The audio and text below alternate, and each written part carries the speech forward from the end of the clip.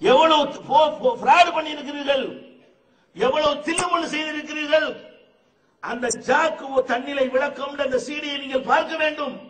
அதை பரப்ப போறாங்க. அது முக்கியமான ஆட்களுக்கு என்று இருந்ததை மாற்றி இவங்க எப்படிப்பட்ட கீழ்த்தரமானவர்கள், எவ்வளவு கேவலமானவர்கள் என்பதை அம்பலப்படுத்த போறோம். அது மாத்திரம் இல்ல, பண விஷயம் மட்டும் நினைக்கிறீங்களா? நிறைய இருக்கு பண விஷயத்துல. அதான் அந்த சீட்டில் பாருங்க. அடுத்து என்ன? ஒழுக்க வாழ்க்கையில இங்க வந்து மக்களுக்கு என்ன ஆதாரம் காட்டினாய்? குரானை கட்சியும் பேசக்கூடிய நாவிலே எதற்கு இப்படிப்பட்ட ஈரத்தனமான வார்த்தைகள் இருந்தது? நீங்களெல்லாம் அல்லாஹ்விடத்தில் பதில் சொல்ல வேண்டும். எந்த முஸ்லீமுடைய நாவியாலும் கரத்தாலும் அவன் பிற மனிதர் பாதுகாக்கப்பட்டவர், அவன் தான் உண்மையான முஸ்லீம். அத பாவிகளா 10/3/2004 தாமமுக அலுவலகத்திலே என்னை வெட்டுவதற்கு ஆதரவிப்பது யாரு?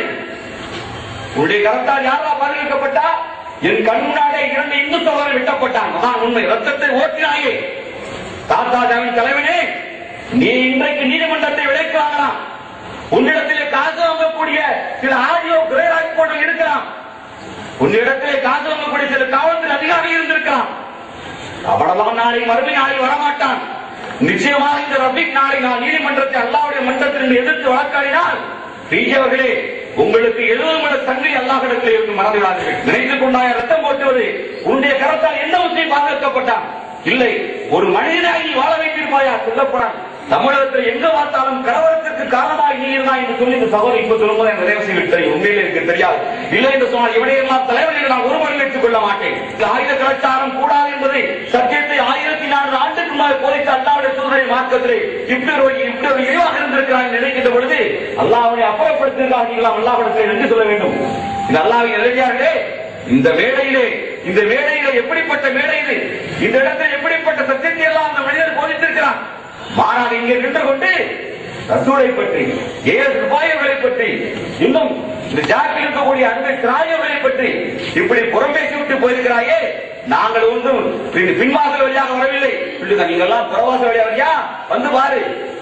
புறவாசல் வழியாக வந்து பாரு. யாரு? புறவாசல் வழியாக வரவில்லை.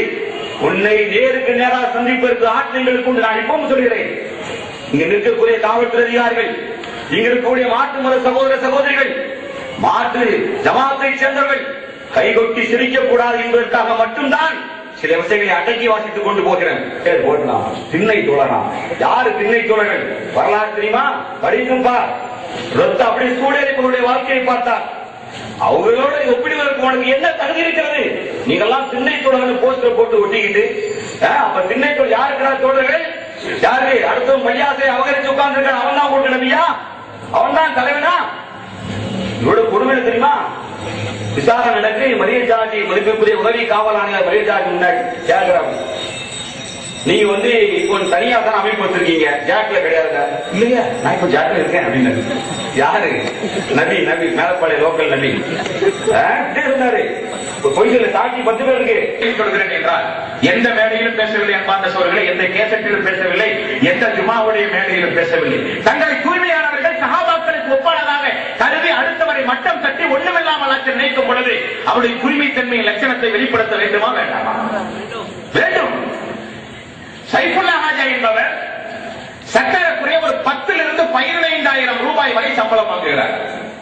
அனைத்து தௌஹீத் ஜமாத்துடைய தலைவருடைய தலைவராக இருந்தால், தமிழ்நாடு தௌஹீத் ஜமாத்துடைய தலைவராக இருந்தால், இன்றைக்கு மாநிலத்தில் துணைத் தலைவராக இருக்கிறார். இவருக்கு இந்த சம்பளம் வெளிநாட்டில் இருக்கிற அமைப்பின் மூலம் வருகிறதா இல்லையா? முதல் கேள்வி. எங்களின் மூலம் வருகிறது என்று பகிரங்கமாக சொல்கிறோம். எங்களின் மூலம் வருகிறது. எப்படியாவது அவருடைய குடும்பம் நடக்கட்டும், அவரை பற்றி பேச வேண்டாம் என்றால் நம்முடைய தலைவர். அவரை பற்றி பேச வேண்டாம், எப்படியாவது குடும்பம் நடக்கட்டும் என்றார். நாங்கள் இதுவரை பேசவில்லையே. அமைப்பை அழிக்காமல் விடமாட்டேன். உளவுத்துறை அதிகாரிகளை குறித்துக் கொள்ளுங்கள்.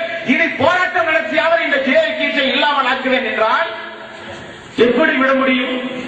ஒரு தனி மனிதன் காசு கொடுத்து ஒரு கூட்டத்தை திரட்டி நாயகத்தின் அல்லாஹ் அக்பர் என்கிற முழக்கத்தோடு ஒரு அமைப்பை இல்லாமல் ஆக்குகிறேன் என்ற அகம்பாவத்தோடு ஆணவத்தோடு நாட்டில் நரம்பில்லாமல் பேசுகிறான் என்றால் எப்படி அனுமதிக்க முடியும்?